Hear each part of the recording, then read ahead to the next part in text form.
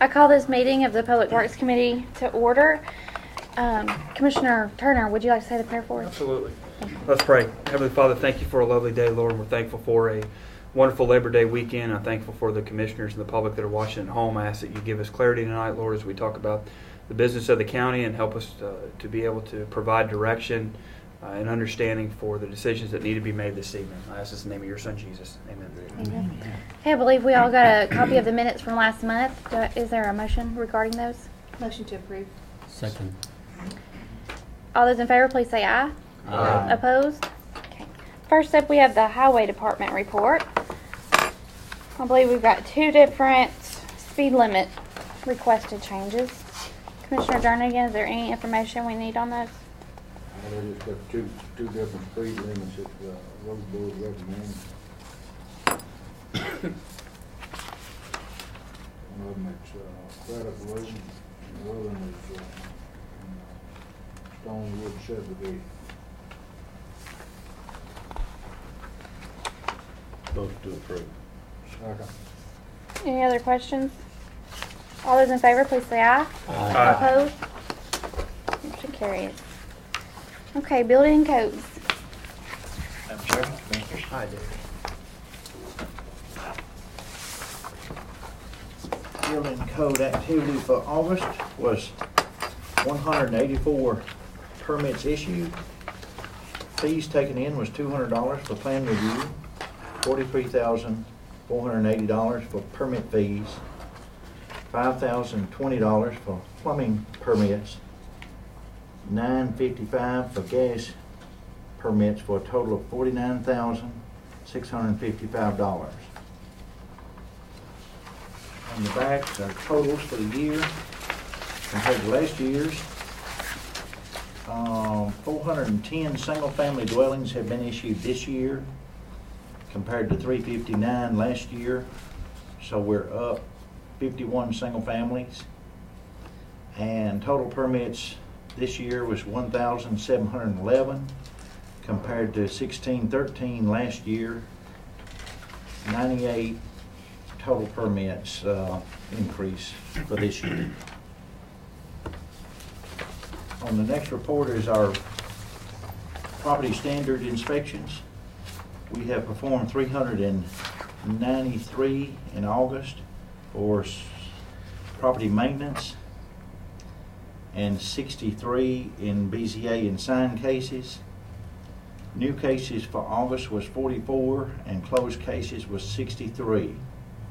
Going back up to lien releases, they're still going great.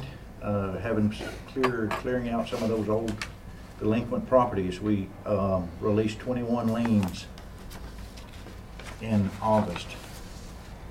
Is that because they're being sold, those properties being sold? They're coming up on the market. The banks are processing them and finally paying the liens off. People are buying those up, so that's really good news for us on those.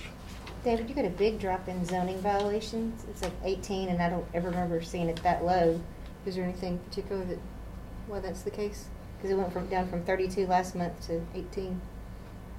Nothing special you can tie it to? Nothing special on it. It might have been school started, or something like that. Sometimes we have things like that happen, that affects our call-ins or violations. Of course, we're up on property maintenance on 249 from the last couple of months.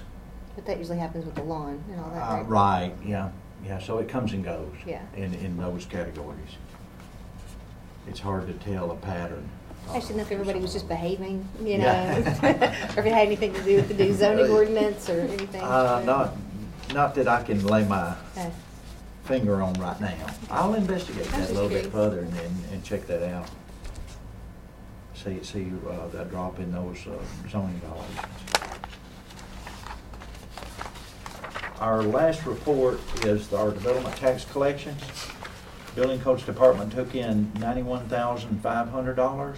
The Planning Department took in $90,750 for a total of $182,250. Cumulative total for the fiscal year $589,000 $500. A breakdown of where those fees were collected. Rutherford County coming in the highest with $95,250 on our activities on our lots. Have picked up some on planning collections and building code permits. Total $182,250.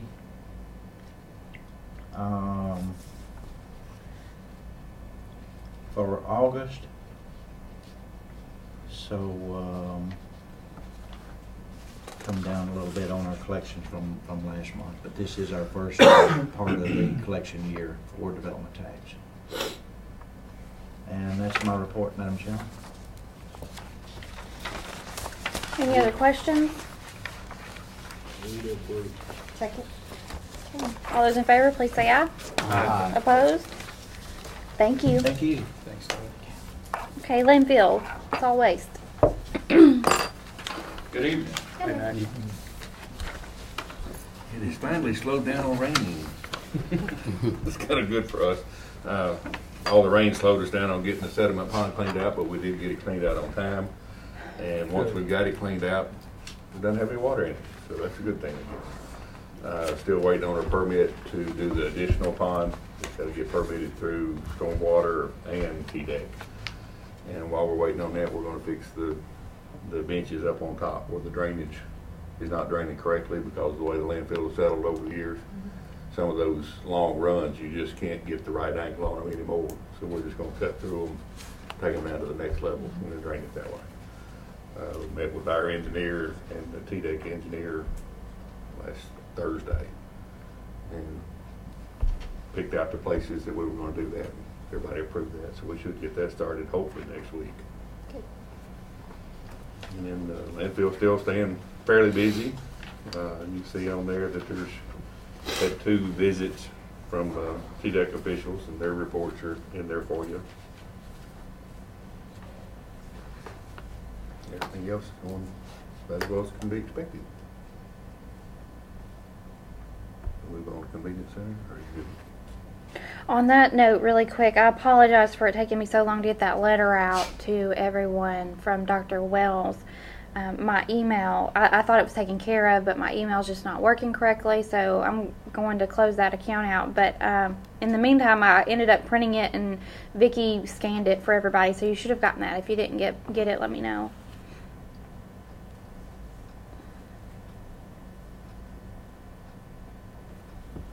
Okay, solid waste.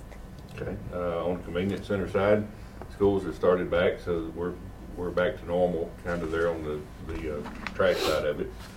Then coming up this month at the end of September, or toward the end of September the 28th, will be an oil-based paint collection at Haley Road, oil-based only. And then November the 2nd, household hazardous waste collection, City of Murfreesboro Mulch Facility, there on Florence Road. And Recycle Rutherford started today, I believe, on their phone book drive. You know, they do the phone book drive every year for classrooms to help generate little money. That actually started today. That goes through the end of October, I believe.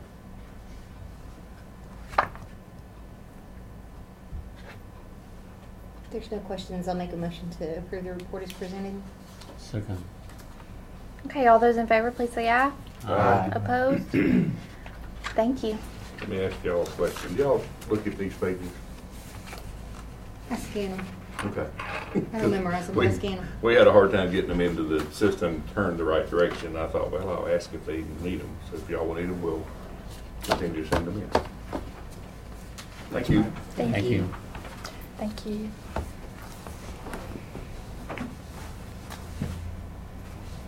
Okay, planning. Good evening, Commissioners.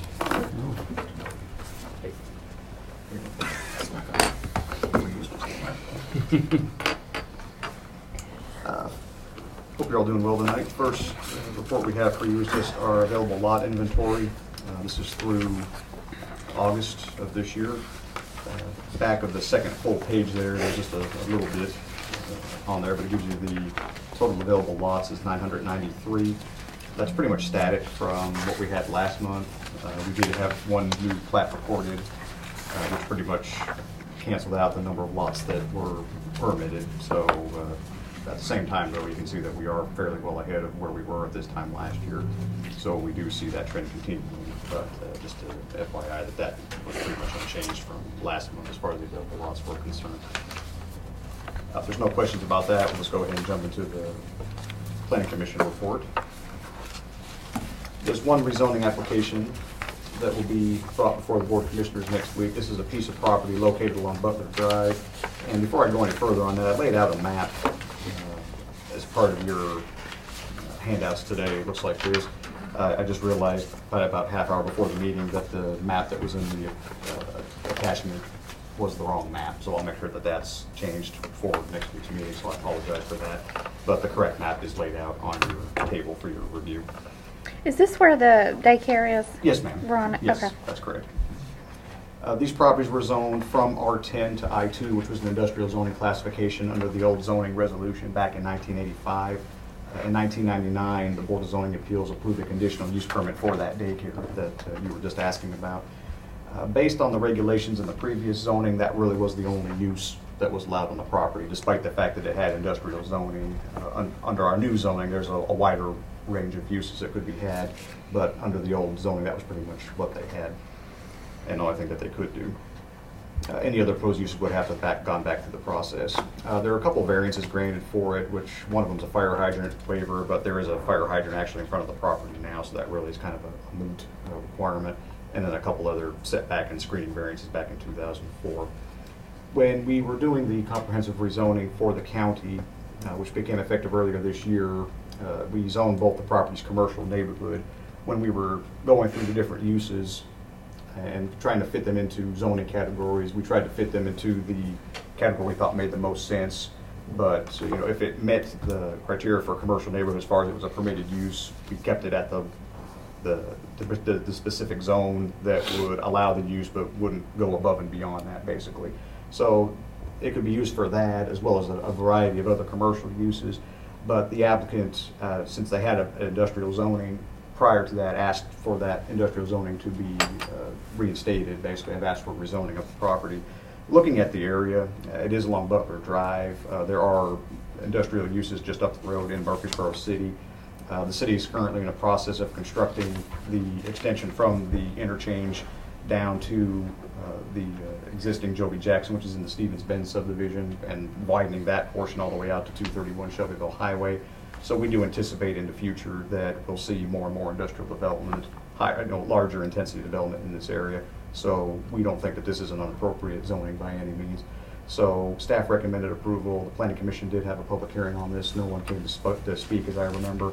And the rezoning was approved unanimously with one abstention, that of Ms. Buchanan herself. So if there's any questions, I'll be happy to answer on that particular application. The other item that the Planning Commission considered was the revised subdivision regulations for the county. It's a project, of course, it's part of the comprehensive plan and zoning process that we've been working on for the last 3 or 4 years. This is the last leg of that, if you will. Ultimately, without going just through a whole lot of detail, the Planning Commission did approve the subdivision regulations with one exception, and I'll get to that here in just a minute. The subdivision regulations themselves are a creature of the Planning Commission. They will not come before the County Commission for your approval. State statutes give the Planning Commission the authority to promulgate those, to approve them, and also to amend those, but they don't go any further than that. The exception to that regarded one of the requirements that was in the regulations as proposed, and is currently in our regulations now. The new regulations take effect October the 1st, but one of the requirements had to do with a sprinkler requirement for those areas that were outside of 1,000 feet of a fire hydrant, and fire hydrants could not be installed in an area because of water pressure, water volume, those various issues. It was originally put in our subdivision regulations back in 2009, and in your agenda materials, I do have what I called a small question-answer Q&A kind of thing, just to kind of give you an idea of what this is and what it's all about. I won't go into just a whole lot of detail about this. Again, this was not a new requirement. This was something that was added back in 2009. But the fact that we were eliminating, essentially what we would do is replacing one document with a new one. When we advertised it, we said, if we're going to replaced the old subdivision regulations with these new ones, so that became a new requirement. I also included in your agenda materials a copy of an Attorney General's opinion that was issued August 1st of this year, saying that any mandatory sprinkler requirement, which the Attorney General found that this met, had to be approved by the county commission. The state law that governs that particular area of the code basically says that if you're going to have a mandatory sprinkler requirement, it has to be approved by the legislative body, and it has to be approved by a 2/3 majority vote. So that is actually been taken out of the subdivision regulations currently, effective October the 1st, but that portion of it, and I actually included a regulation, what we'll be considering in your agenda packets, but that requirement will be brought forward to the county commission at the meeting next week for your consideration. It's basically, at this point, be a standalone document. If it's approved, then we would go back and make some amendments to the subdivision regulations referencing that. But I just wanted to kind of bring that to your attention. I'm more than happy to answer questions about it. Again, I hope the Q&A at least gives you a little bit of background into that. And if you want me to go into some more detail, I'll be happy to do that. So with that, I'll be happy to answer any questions that you might have. Doug, I was up under the impression that we already had on these subdivisions out in the rural part, and as far as variances. I know we have passed some in the past. The waivers requested? The waiver Yes, sir. request, right. But what you're saying is being changed now to the sprinkler requirement? Well, the sprinkler requirement's actually in effect currently in our current subdivision regulations. The way these... Sir. Please say the sprinkler option. Option. Yes, sir. Currently in our Yes. subdivision regulations. The sprinkler option will continue in these new regulations. The only time that it's used is when a developer that wants to develop a subdivision and the water supply or pressure there is not adequate to provide a fire hydrant, then they can request at their own initiative the allowance of that development, that subdivision, with the consent of putting in the sprinklers. Nothing has changed. Or they can choose not to develop that Well, land. they can choose not to develop that land. That's the way it was previously, that's the way this is structured, but as Doug has indicated, since we're creating a new document and sort of wrapping all of it up with a new ribbon around it, legal people in their best judgment think we need to take this to the county commission. What- Yeah, the regulations The as mandatory, I've got a problem with that. Well, It's that really was not the... mandatory. Yeah, that was It's not mandatory. right, and that was really the language that the Attorney General's Attorney General, yeah. opinion used, was mandatory sprinkler requirements. And I of course agree with Mayor Burgess. It's not mandatory in the sense that somebody building a house has to put it in. It's a choice if they choose to develop in an area that has a lack of the water lines that can support a fire hydrant, then they can request the fire hydrant waiver. And then, as you explained, that's part of the fire hydrant waiver request if it's approved. But now I will say this, that the regulation itself only currently applies to what's called major subdivisions, which are 4 lots or greater. Under the new code, if this would be approved, it would apply basically to anything 3 lots or greater. And that really goes back to the way we define major and minor subdivisions under the new regulations. That was the only reason that change was even made, just to keep it consistent. So if somebody comes in, if somebody has like a 50-acre lot and somebody wants to subdivide property, and we run into that quite a bit. The vast majority of the fire hydrant waivers we see are for 1 or 2 lot subdivisions. So if somebody were to come in and do that, they're still exempt from Those from family-owned that tracts regulation. for Correct. small family development. Correct. We tried to give some flexibility.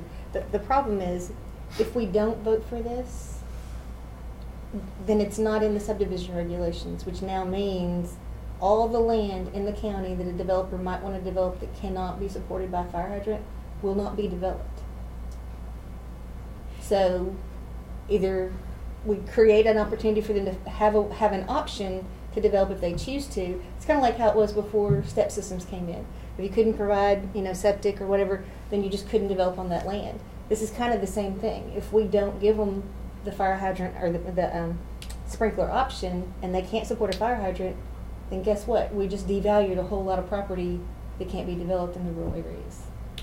So, but as the Home Builders Association and, you know, MTAR, as they came up and, you know, kind of argued the point, and they didn't want it in there, you know, we kind of pressed them on it. We said, are you sure that you don't want this, because you're making it so that there's going to be land that won't be developed? And as we got further along in the conversation, you know, they were saying things like, well, you know, it's smoke detectors that save lives and not the fire hydrants. And I felt a little bit like they were wanting to split hairs between, is this a public safety for property, or is this a life-saving measure? You know, it's just common sense. The quicker you put water on a fire, the quicker the fire goes out. And so whether it's for life safety, property safety, whatever, it's a safety issue. And so if I felt like in many ways they were trying to say, well, then maybe we don't even need fire hydrants. You don't need any of it. Well, I just don't feel like we can throw the baby out with the bathwater, you know. So to me, this is a common sense option to let land be developed. If you don't want it, then congratulations, you know, home builders. There's going to be a lot of land that doesn't get developed. Well, but it doesn't affect like those 1 and 2 small people, like Doug's saying, that, you know, might have, you know, large tracts of land that they want to carve off for, you know, the son and the daughter and that kind of thing. Right. So. But, and, you know, my concerns is, if this is passed, what makes later on down the road, they might come back, them other individuals, and 2 or 3 below that might be required to put a sprinkler system. I know I'm iffy, Right. and also on the sprinkler system Well, here's the thing, that just like they're Doug talking said. about, excuse me, I don't know, Yeah. but anyway, speaking from a firefighter Yeah. standpoint, Yeah, you know. that, you know, The quicker you can put absolutely. water on a fire, the better. These, it's depending on the water pressure out there, how efficient these sprinkler systems can be. You know, I don't know exactly some out in the rural area as far as the PSI. These sprinkler systems, they, you know, it's just my opinion, and they might not be as effective as they should be. I know it's a safety, if the pressure's not there. So is it better to not build the house? I'm just asking. Because, and let me go back to one thing that you said about the wondering about the 1s and the 2s. Again, because of the way the state statute is written, any changes that are made to the fire sprinkler requirement have to be made by 2/3 vote, isn't that right? By the county commission. So this would come before the county commission again if any changes were to be made to those, anything less than the 3-lot developments. So. Now, Commissioner, if I could try to address your question that you asked about the property owner, are you talking about in the same house, the property owner that buys it after that having to put a sprinkler? Is that what you were saying? Well, you or- said below, I what, thought it was- three homes? Well, it's Right. not considered a subdivision. Well, it's yeah. Okay, I see where you're going with it now. Okay. Well, I don't think he's talking about retrofitting. Yeah, I think no, he's talking he's about the not. regulation going into future families. right. And I mean, quite frankly, every subdivision is really treated as its own, on its own merits at that point.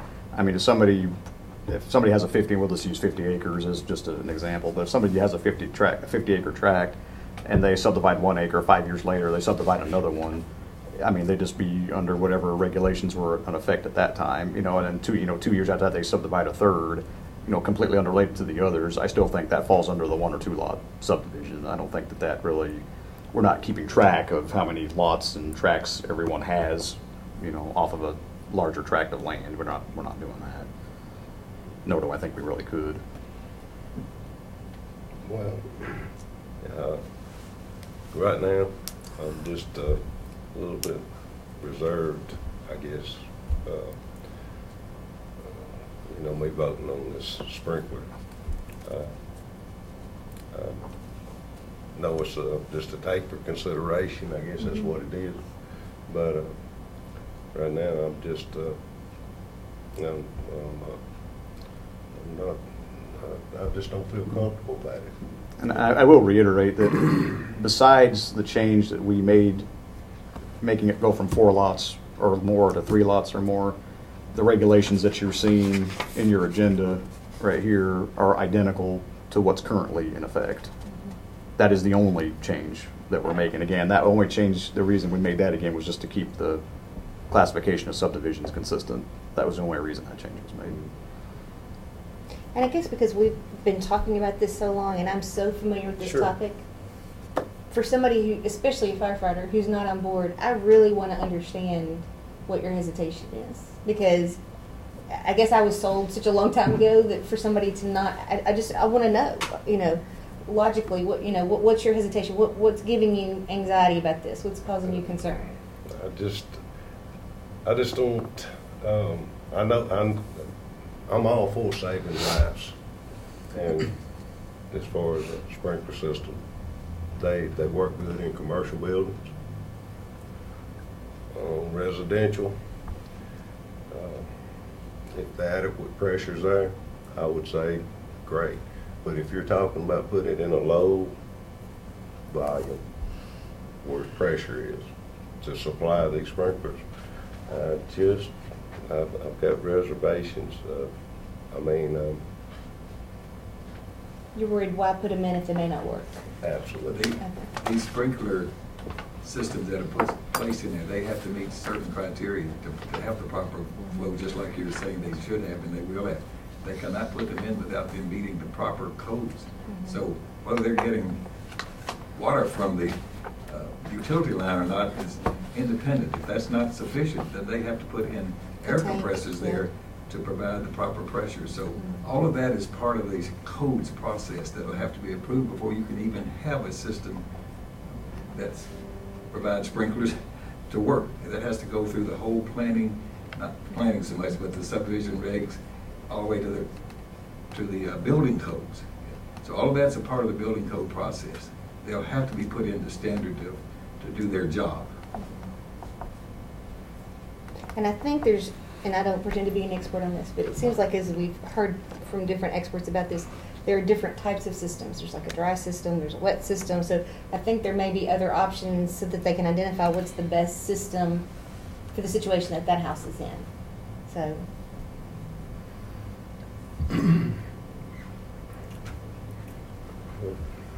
Like I said, I see later on down the road, I just hate to put something,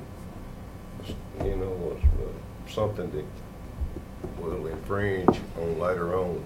And I don't know if that'll happen. I just don't feel comfortable with it right now. I thought that we had these subdivisions. Is that out of the question as far as variances? No, we wouldn't approve a subdivision. You wouldn't? No. Has it been any subdivisions within? No. Well, since this regulation took effect, we really haven't seen any major subdivisions. Now, I know that there are some out there. There's a few out there, a couple I can think of off the top of my head, that were constructed with sprinkler systems in the homes because they didn't have adequate pressure, but that predated the 2009. Well, and I've Has never there been any that without sprinklers that had been approved by the a planning? neighborhood. I've never seen us approve a neighborhood that did not have hydrants. I don't remember seeing. I think there was one that got approved that never got built, but they voluntarily agreed to put sprinklers in when they saw we weren't going to approve it without them having the water pressures that they needed. So I don't know of any major, so since I've been working there, I don't know of any major subdivisions that were approved that didn't have what we would consider adequate fire protection. I mean, that waiver request has not been made on anything. There were some approved before your tenure. Right. Yes, sir. That have some fire hydrants out there that now have been identified as not having proper Right. flow and pressure. Yeah.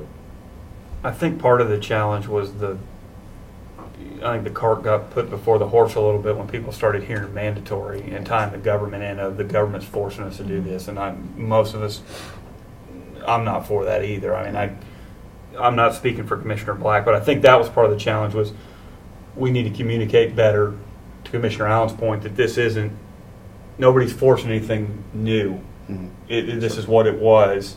But I think at least in that planning meeting that I watched, there was, I think Representative Sparks might have been here, and there were some other people that were harping on that pretty good, that it's another government regulation coming down, it's another government mandate, and that wasn't what this is. This is just saying we've got to go through every step to get this approved again, and 99% of it's not changing. The only thing that changes is 3 houses instead of 4, correct? I mean, that's really all that's yes, sir. changing. That's pretty So much I don't it. know if Commissioner Black, that was the way he understood it. That was the way I understood it after doing a little bit of research, because when I first heard it, I wasn't sure that they weren't just trying to force something down on us that would cost more for builders to build, and then they would be discouraged and not want to do it. But after looking at it a little bit more, I understood there's very little changing in this at all. So that I'm much more comfortable with this than I was. And we were all a few very weeks ago. surprised that the Attorney General's opinion came back where he was thinking of this as mandatory. Yeah, that this was even covered by the law, because we always saw it as an option. Right. That you're, in our regs, you have to put in a fire hydrant to do a development, period.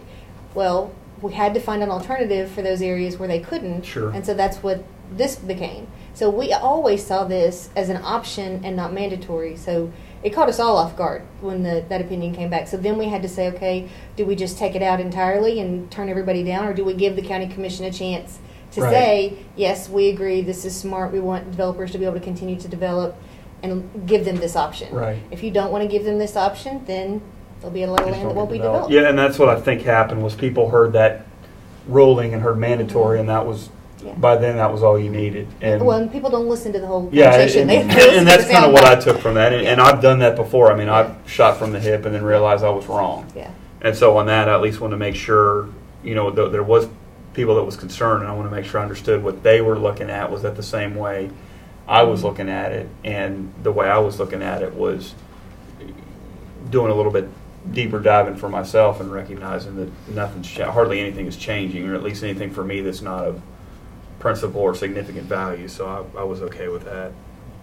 Will this be a public hearing? No, ma'am, it will not. If this was implemented in the planning and then it come back next year, requiring, would it come back before the full When you say- commission? If when you say it come require- back, okay, we're gonna start requiring subdivision. For all development, you Mhm. mean? Or- For everything, yeah, would doesn't matter that if they come- got would fire that- hydrants or Would not. that come back, would that, The like way you this- say, it's right. a different creature, and when Yeah. it gets in planning, I just don't, after you take it out of the commission's hands. This I right here, just- yes, sir, yes, sir, I think I'm- This is the actual state law where it comes out of, and I'd be more than happy to let you have this, because I can just print these offline. It's pretty, I know where to find it.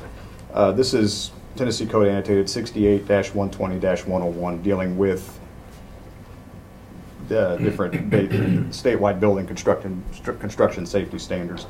When it deals with the mandatory sprinkler requirement, and I'm using the words they're using in here, it says if a local government seeks to adopt mandatory sprinkler requirements for one family and two family dwellings pursuant to this requirement, then the local government may only adopt such requirements by either ordinance or resolution as appropriate upon an affirmative 2/3 vote on final reading. Of course, we just have the one reading, so that's just our one reading. And it goes on to speak about those that have multiple readings. So I think to answer your question, if in the future, 1 or 2 years down the road, the requirement was presented to say, okay, from now on, all single family and two family dwellings have to be sprinkled, then I think to answer your question, would that have to come back to the full county commission? The answer would be yes. I don't even think that'd be something the planning commission would even look at. It would just come right to you as a building code issue at that time. So I think that, I hope that answers your question. Yeah. That's what, and that was part of my research too, Commissioner Black, was making sure it wasn't just being forced away from us, to your point, where the planning kind of took away some of that oversight and authority, or whatever word you want to use. All of it still has to go back through us. So if they did do that, then you can put your foot down again and say, this is mandatory now. This isn't any more optional or anything like that. So, and that's kind of the way I understood it too. So I appreciate you publicly clarifying that, because I think a lot of people that will hopefully help their decision, because I think there was a lot of misinformation and confusion about what was mandatory. And again, the language, I guess we can't help it if the Attorney General throws out mandatory every time he's talking about that, but that certainly didn't help matters in this case, because I think it caused a lot of confusion. And I would be doing the same thing, I'm sure. We don't agree that what we're doing is mandatory, but we thought in the best interest of Rutherford County, we wouldn't try to be contentious about their Attorney General's opinion. We would just accept the fact Right. that they were right, that what we're doing is meant, what we're doing is optional, and we could have rejected that opinion they made and taken it to court. But we didn't think that was a practical thing to do. Let our county commission understand what's going on and let them make the decision. Yeah, I agree. And you've got that added security of the 2/3 vote as well. It's not even just a simple majority. I mean, the majority of, 2/3 have to agree that it's a good Right. idea. I'm still, okay, them 3 homeowners and 2 or 3 homeowners that's built right across the road, that wants to build a house there across the road.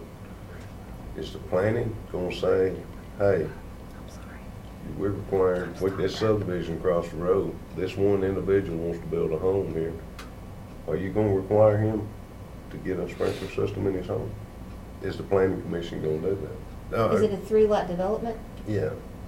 If somebody Are you gonna- submits a 3-lot plat and it cannot meet the fire hydrant requirement, then under the proposed regulations that we're bringing forward, I mean, I think the answer to your question is yes. Now, I think a lot of that depends, though, going back to what we were talking about earlier.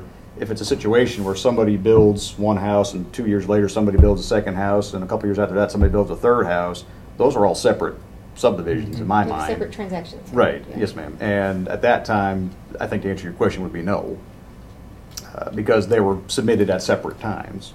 So it's not one, under one umbrella of one plat, for lack of a better way to say it.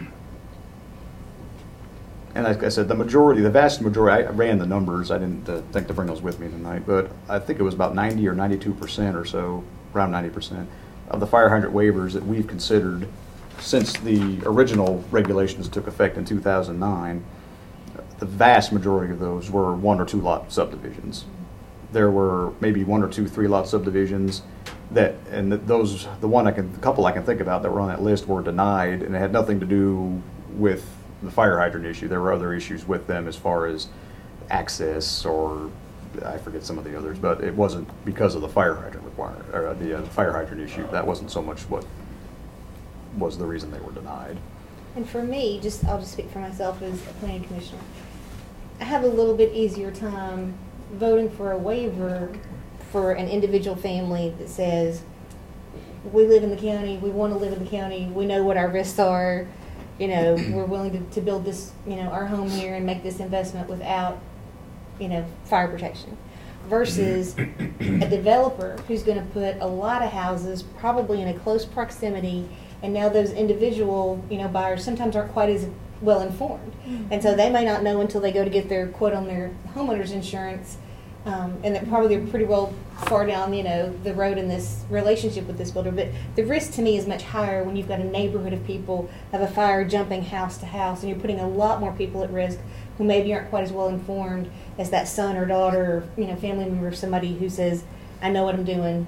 This, it's personal responsibility, and that's the thing. It's that balance between what's their personal responsibility versus what's our responsibility to, require safety measures be taken. So that's just for me. I have an easier time voting on that one than I do voting on a neighborhood.